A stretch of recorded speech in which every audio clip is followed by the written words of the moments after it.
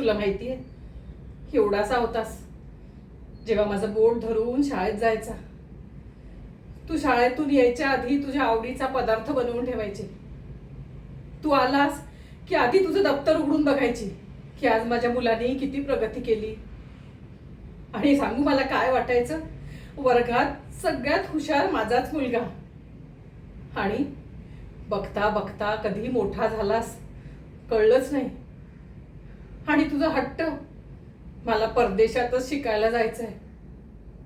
नव्हती परिस्थिती तुझ्या बाबांची, पण त्यांनी कसं तरी करून पैशाची जुळवाजुळव केली आणि तुला परदेशात शिकायला पाठवलं.